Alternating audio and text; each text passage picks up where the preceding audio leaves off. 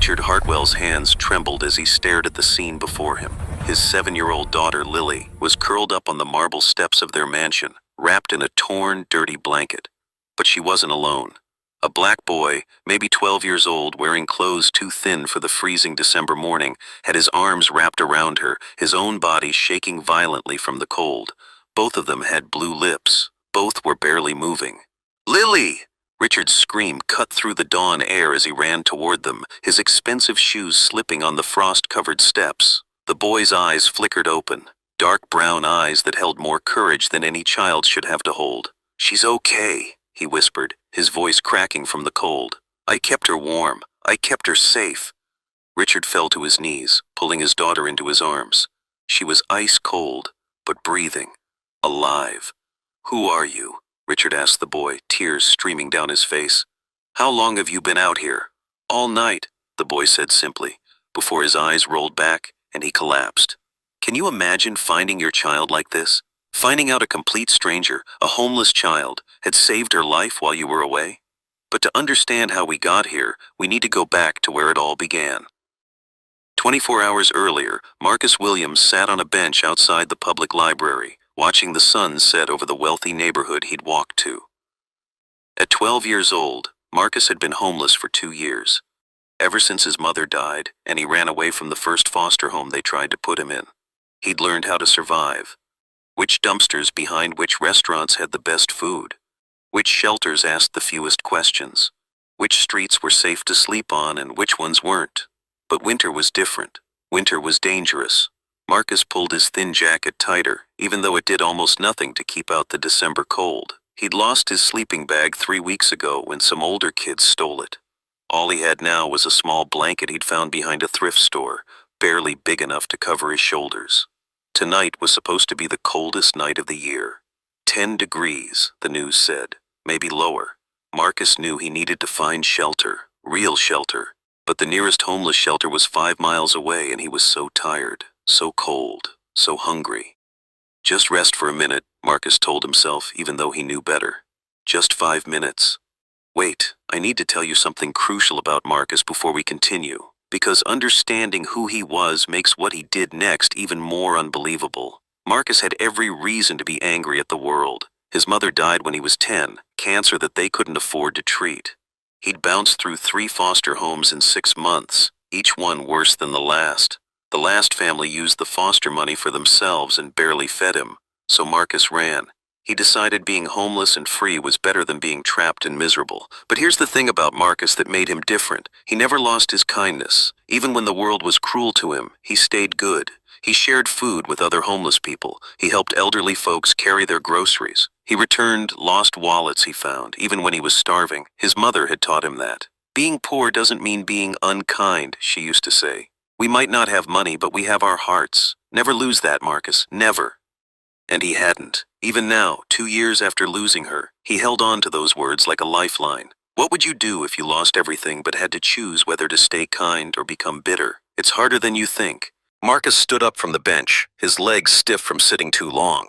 He needed to start walking toward the shelter before it got any colder, before the snow that was predicted started to fall. But that's when he heard it. Crying. Soft, scared crying. Marcus stopped and listened. The sound was coming from behind a massive iron gate, the kind that protected the huge mansions in this neighborhood. Each house here was bigger than the entire apartment building Marcus used to live in with his mom. He walked closer to the gate, peering through the bars. That's when he saw her. A little girl in pink pajamas sat on the front steps of the biggest mansion Marcus had ever seen. She was hugging her knees, crying, her small body shaking. No coat, no shoes, just pajamas, in 10-degree weather. "Hey," Marcus called out softly. "Are you okay?" The girl's head snapped up. Her face was red from crying, her blonde hair messy. She couldn't have been more than 7 or 8 years old. "I'm locked out," she said, her voice trembling. "The door won't open. I pressed the doorbell, but nobody comes. I'm so cold." Marcus looked at the massive mansion behind her. Lights were on inside. There had to be people in there, staff, security, someone. "Have you tried knocking really loud?" Marcus asked. "I did. I knocked and knocked, but the house is so big and—" She started crying harder. "And nobody hears me." Little did Marcus know, the decision he was about to make would change both their lives forever. Marcus looked up at the sky. Snow was starting to fall. In his 2 years on the streets, he'd learned to recognize dangerous weather. This was going to be bad. This little girl wouldn't survive the night out here in pajamas. He could walk away. He could go to the shelter and save himself. Nobody would blame him. He was just a kid himself, and he had nothing to give. But his mother's voice echoed in his head. We might not have money, but we have our hearts. Marcus made his decision. I'm coming over, he called to the girl. The gate was tall, maybe 10 feet, but Marcus had climbed fences before. He pulled himself up, his cold fingers barely able to grip the iron bars, and dropped down on the other side. The girl stared at him with wide blue eyes as he walked up the long driveway toward her. Who are you? She asked. My name's Marcus. What's yours? Lily. She wiped her nose with her pajama sleeve. Are you going to help me? I'm going to try. Marcus walked to the front door, a massive wooden thing that probably cost more than his mom's entire yearly salary used to be. He pounded on it with his fist, hard, over and over. No answer. He pressed the doorbell, held it down for 10 seconds, 20 seconds, 30. Still nothing. I told you, Lily said quietly. Nobody can hear. The house is too big and the staff bedrooms are in the back. Daddy's away on business. The new night guard doesn't start until morning. Marcus felt his heart sink. This wasn't just a mistake or an accident. This was dangerous. The temperature was dropping by the minute. Snow was falling faster now. Do you have a phone? Marcus asked. Can you call someone? Lily shook her head, crying again. My phone is inside. I just came out for 1 second to look at the stars because I couldn't sleep, and the door locked behind me. The automatic lock turned on, and I don't know the code. In exactly 8 hours, Lily's father would come home. But they didn't have 8 hours. At this temperature, Lily might not survive 3. Marcus looked at Lily shivering on the steps, then at his own thin jacket and small blanket. He had a choice to make. He could climb back over that fence, walk to the shelter and save himself, or he could stay. Okay, Marcus said, sitting down next to Lily on the cold marble step. We're going to get through this together. Together? Lily looked at him confused. But you don't even know me. Doesn't matter. You need help. I'm here. So we're going to help each other. Okay? Before Lily could answer, Marcus did something that still makes my heart ache when I think about it. He took off his jacket, his only jacket, and wrapped it around Lily's shoulders. Then he took his small blanket and wrapped it around both of them as best he could, pulling Lily close to share body heat. But Lily's voice was small. Now you'll be even colder. I'll be okay, Marcus lied. He was already so cold his teeth were chattering. I've been cold before. I know how to handle it. But you've never been this cold, have you? Lily shook her head. Then we need to keep you warm first. That's the rule. Actually, let me pause here because this detail is important. Marcus knew he was making a choice that could kill him. At 12 years old, he understood that giving away his only protection in this weather was dangerous. But he did it anyway. Why? Because that's who he was. That's who his mother raised him to be. Tell me about your mom, Lily said after a few minutes, her shivering slowing down slightly with the jacket and blanket around her. How did you know I was thinking about my mom? Marcus asked, surprised.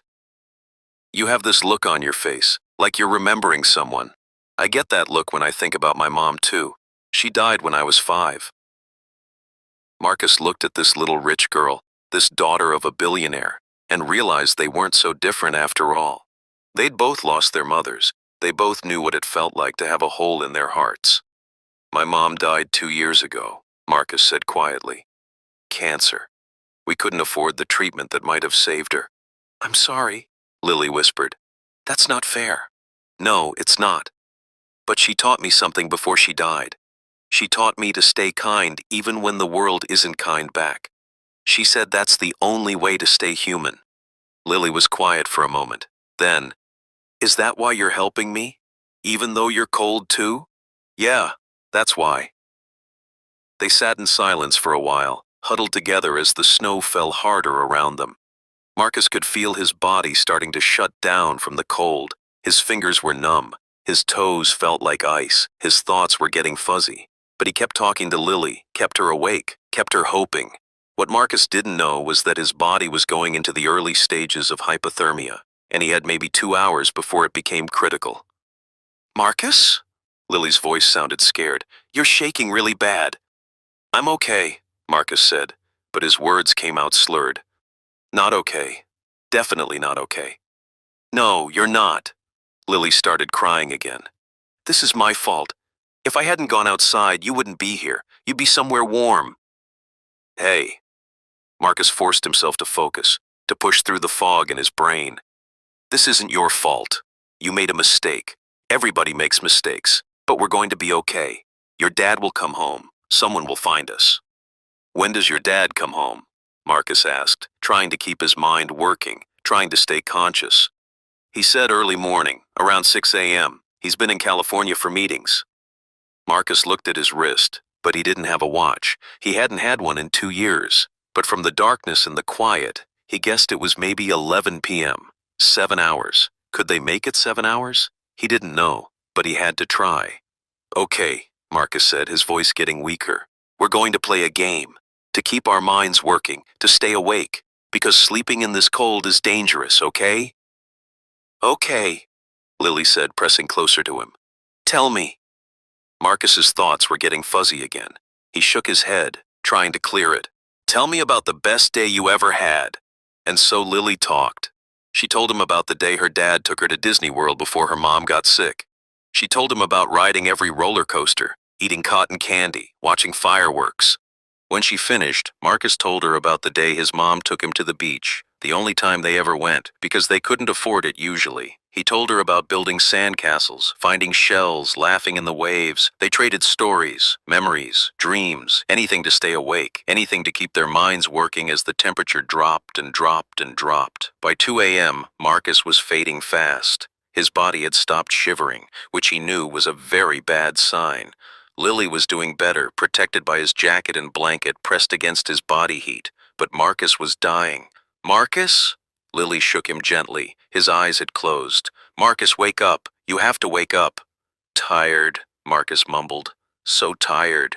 No! You said we can't sleep. You said it's dangerous.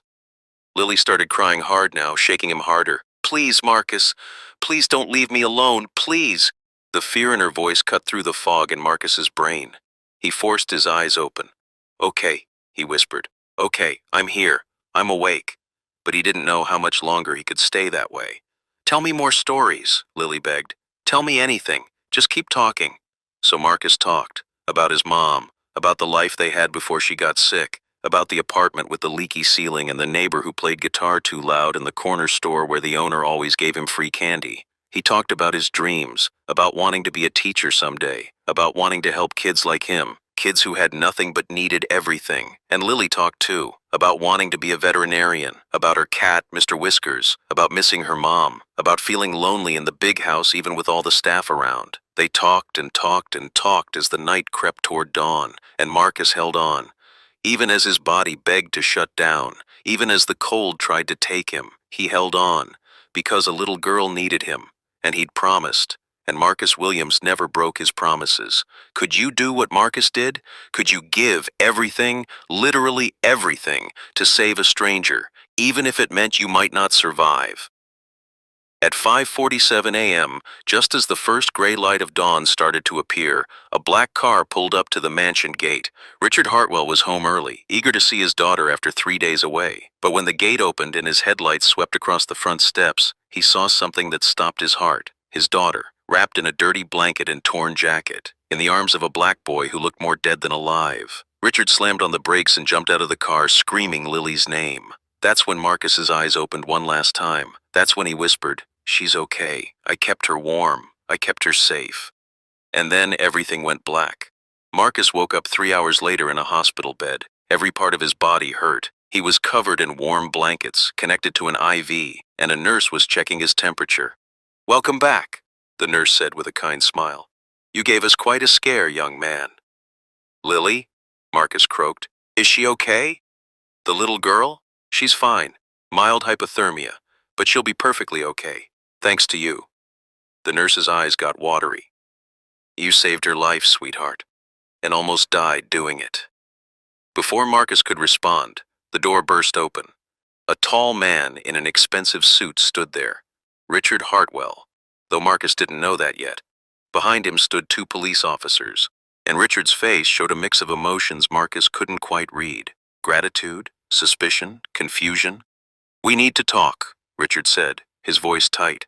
About what you were doing with my daughter. What happened next would determine whether Marcus was treated as a hero or as a suspect. Marcus sat up in the hospital bed, his body aching from the hypothermia, but his mind sharp with fear. He'd seen that look before, in store owners who followed him around, in police officers who stopped him for walking suspiciously, in people who saw a black homeless boy and assumed the worst. I didn't do anything wrong, Marcus said, his voice hoarse but steady. I was just trying to help. One of the police officers, a woman with kind eyes named Detective Patricia Moore, stepped forward. Nobody's accusing you of anything, son. We just need to understand what happened. What happened? Richard interrupted, his voice shaking with emotion Marcus couldn't quite read. Is that my daughter was locked outside in 10-degree weather all night, and nobody inside my house noticed. And this boy... He stopped, his jaw clenching. This boy saved her life. Marcus blinked, surprised. That wasn't what he expected to hear. Mr. Hartwell has been watching the security footage, Detective Moore explained gently. We all have. And son, what you did was extraordinary. Wait, let me tell you what was on that security footage, because it's important. The cameras had captured everything. Lily coming outside in her pajamas at 10:47 p.m. to look at the stars. The door clicking locked behind her, her trying the handle, pressing the doorbell, knocking, her sitting down on the steps, crying. Then, at 11:23 p.m., Marcus appearing at the gate, the conversation through the bars, his decision to climb over, his attempts to get inside the house, and then, the part that made everyone who watched it cry, Marcus taking off his jacket and wrapping it around Lily, Marcus covering them both with his small, threadbare blanket, Marcus holding this little girl he'd never met, keeping her warm with his own body heat, even as he started to freeze. The footage showed hours of Marcus talking to Lily, keeping her awake, telling her stories, singing songs when he could barely form words. It showed him forcing himself to stay conscious even as his body shut down. It showed a 12-year-old homeless boy choosing to die, if necessary, to save a stranger's child. Can you imagine watching footage of someone saving your child's life while risking their own? What would you feel? Richard Hartwell walked closer to Marcus's bed, and now Marcus could see his face clearly. The man wasn't angry, he was crying. I owe you an apology, Richard said, his voice breaking. When I first saw you with my daughter, I thought terrible things. I'm ashamed to admit it. But I saw a homeless black boy, and He couldn't finish. You thought I hurt her, Marcus finished quietly. People always think that about me. I was wrong. So completely, terribly wrong. Richard sat down in the chair next to the bed. The security footage shows everything. It shows a boy with more courage and kindness than most adults I know. It shows you giving everything you had to save my daughter. He had to stop, overwhelmed with emotion. Is Lily really okay? Marcus asked. That was all that mattered to him. She's in the next room. Mild hypothermia, like the nurse said. She'll be released this afternoon. Richard wiped his eyes. She won't stop talking about you. She keeps saying, Marcus saved me, Daddy. He's my guardian angel. Little did Marcus know, Richard Hartwell was about to make him an offer that would change everything. But first, there was a problem they all needed to address. Detective Moore cleared her throat. Marcus, we need to ask you some questions. Not because you did anything wrong, but because you're a minor living on the streets. We need to understand your situation. Marcus's stomach dropped.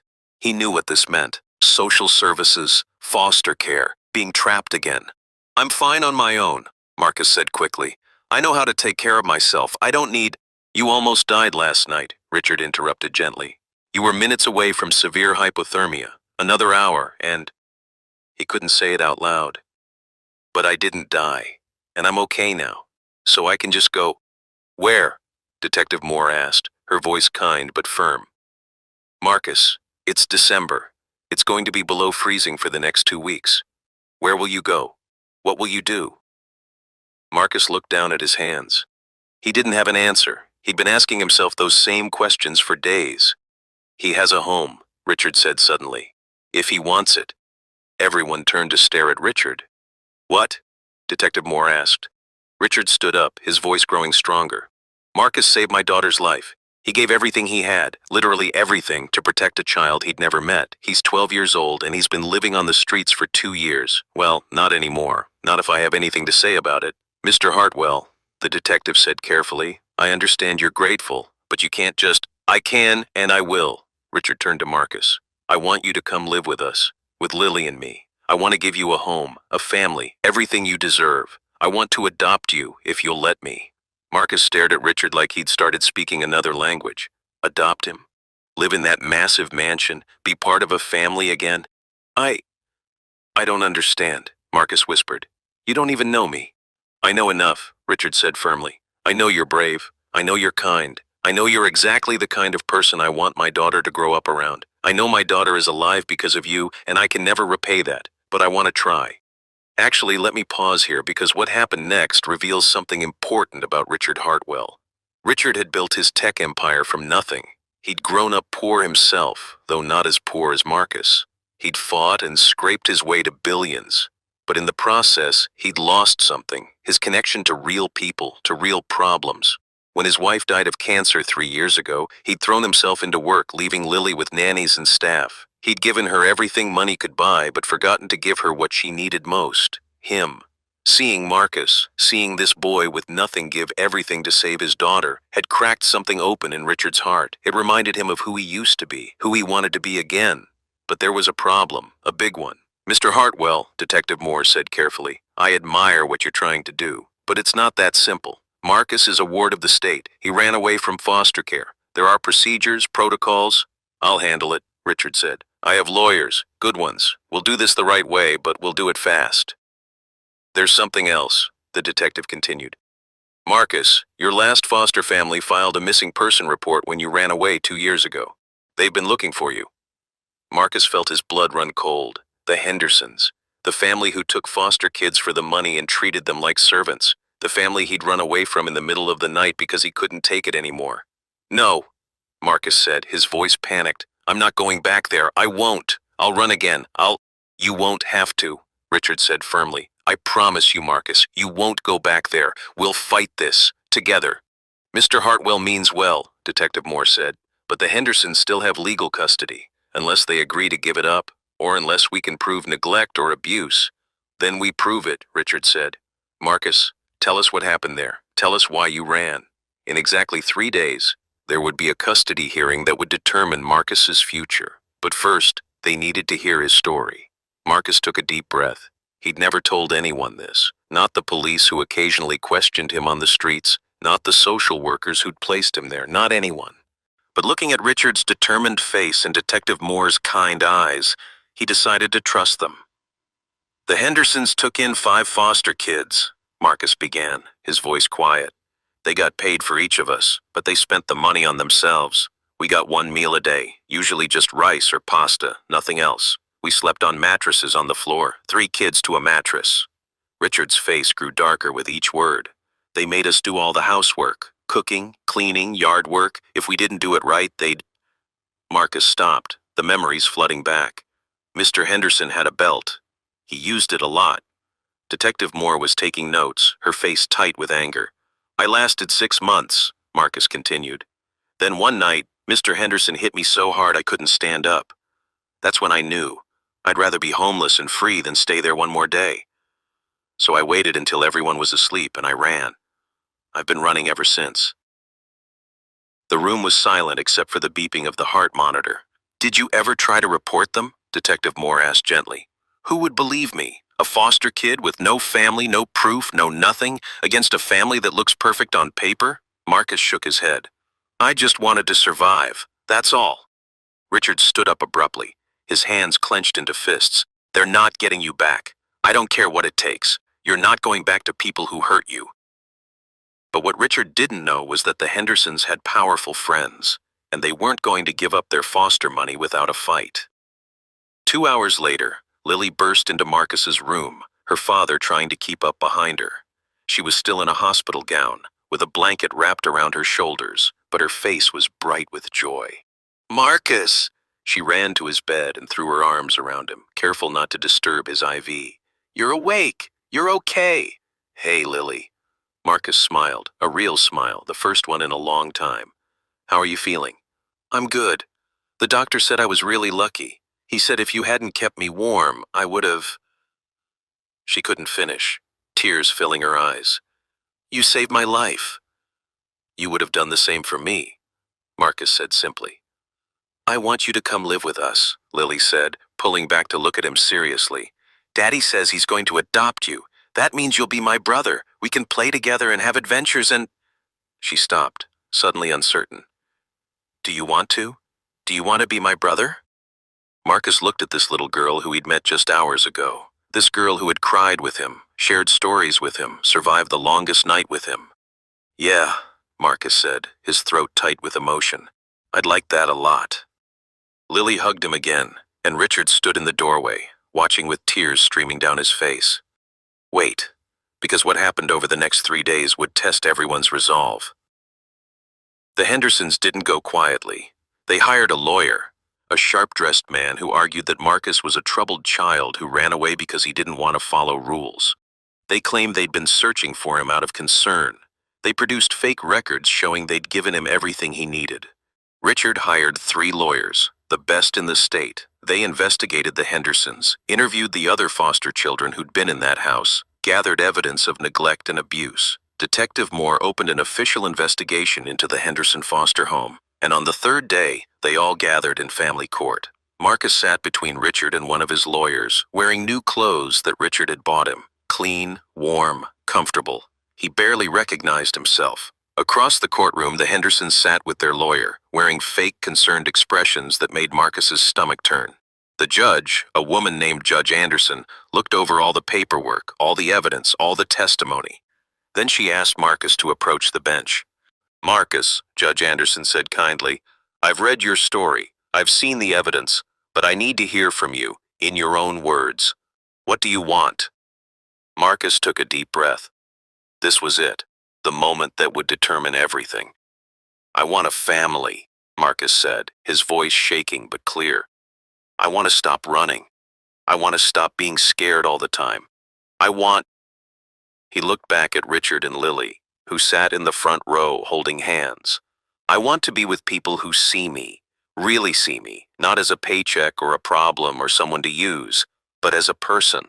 And do you believe Mr. Hartwell and his daughter see you that way? The judge asked.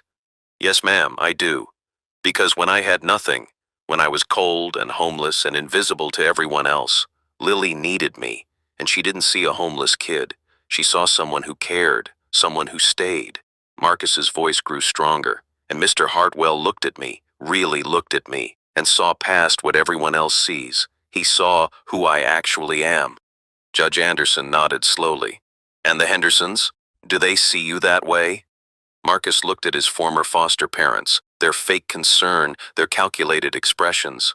No, ma'am, they never did. The judge looked at her papers one more time. Then she looked at the Hendersons' lawyer. Based on the evidence of neglect, the testimony from other foster children, and the ongoing investigation by social services, I'm removing Marcus Williams from the Hendersons' custody immediately. The Hendersons' lawyer jumped up to protest, but the judge held up her hand. Furthermore, she continued, I'm granting temporary custody to Richard Hartwell pending completion of the adoption process. This court finds that Mr. Hartwell has demonstrated both the means and the genuine desire to provide Marcus with a loving, stable home. Marcus felt his knees go weak.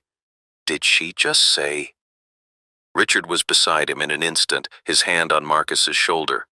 You're coming home, he whispered. You're really coming home. And Marcus, who hadn't cried in 2 years, who'd taught himself to stay strong no matter what, broke down sobbing in the middle of the courtroom. 6 months later, on a warm June afternoon, Marcus and Lily sat in the backyard of the Hartwell mansion, which now felt like home, not a museum, building a blanket fort under the big oak tree. Make sure that corner is secure, Marcus instructed, handing Lily a clothespin. We don't want it to fall down. Like this? Lily asked, clipping the blanket to a low branch. Perfect. They crawled inside their fort, where Marcus had set up pillows, snacks, and Lily's favorite stuffed animals. Through the blanket walls, they could see Richard walking across the lawn toward them, carrying lemonade and cookies. "Room for one more?" Richard called out. "Always," Marcus and Lily said together, then laughed. Richard squeezed into the fort, somehow managing not to knock it down. They sat together, this unlikely family, built not from blood but from one cold night and the choice to stay, to help, to love. "Marcus," Lily said, taking a cookie, "do you remember that night, when you found me?"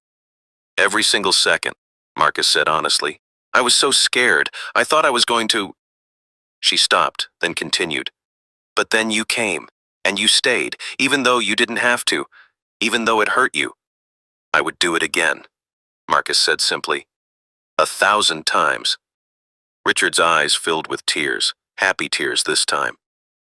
"You know what the miracle is?" he said. "That night I thought I lost everything. I thought I was going to lose Lily. But instead, I gained everything.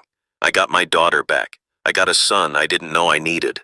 I got a second chance to be the father I should have been all along." He pulled both children close. "You saved more than Lily that night, Marcus. You saved all of us. Do you believe in miracles? Not the magic kind, but the human kind, where one person's courage changes everything for everyone around them."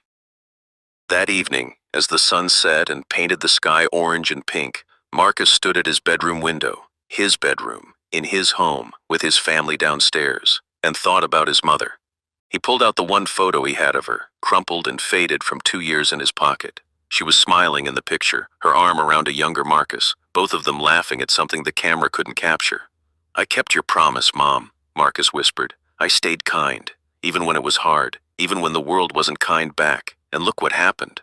Look what being kind brought me." He could almost hear her voice. "I'm proud of you, baby. So proud." A knock on his door made him turn. Lily peeked her head in. "Dad's making hot chocolate. Want some?" "Yeah," Marcus said, carefully putting his mother's photo on his nightstand, right next to a new photo of him, Lily, and Richard at Marcus's official adoption ceremony. "I'll be right down." Lily started to leave, then turned back. "Marcus, I'm glad you found me that night. I'm glad you stayed." "Me too, Lily. Me too." As Marcus followed his sister downstairs, toward the sound of Richard singing off-key in the kitchen, toward the smell of hot chocolate and the promise of family game night, he realized something important. He'd spent 2 years being invisible, being no one, being nothing. But he'd never actually been nothing. He'd always been someone. He'd always mattered. It just took one cold night, one terrified little girl, and one impossible choice to prove it. Not just to the world, but to himself. The story ends with Marcus's voice, older now, telling this tale to a room full of students years later. He's a teacher now. The dream he had that cold night finally come true. "People ask me all the time," Marcus says, "why I gave everything I had to save a stranger. And my answer is simple, because that's what we're supposed to do. That's what makes us human. Not our money or our status or our power, but our choice, in that critical moment, to stay or to walk away, to give or to take, to love or to fear." He looks at the diverse group of students, some rich, some poor, all listening with wide eyes. Lily wasn't a stranger for long. She became my sister. Richard became my father. That mansion became my home. But none of that would have happened if I'd walked away, if I'd chosen to save only myself. Marcus smiles. So, when you face your moment, and you will face it, everyone does, ask yourself, what kind of person do I want to be? The kind who walks away, or the kind who stays? The bell rings. Students gather their things. But one boy stays behind, thin, wearing clothes too small, eyes that have seen too much. "Mr. Williams," the boy says quietly, I'm in foster care. They're not good people. I don't know what to do." Marcus kneels down to the boy's level, just like he used to with Lily all those years ago. "You come talk to me," Marcus says gently. "Tomorrow, after school. We'll figure it out together. Nobody has to be alone. Nobody has to be invisible. Not anymore." The boy's eyes fill with tears of relief, and Marcus thinks about that cold December night 16 years ago, about the choice he made, about the family he found, about how sometimes the people we save end up saving us right back.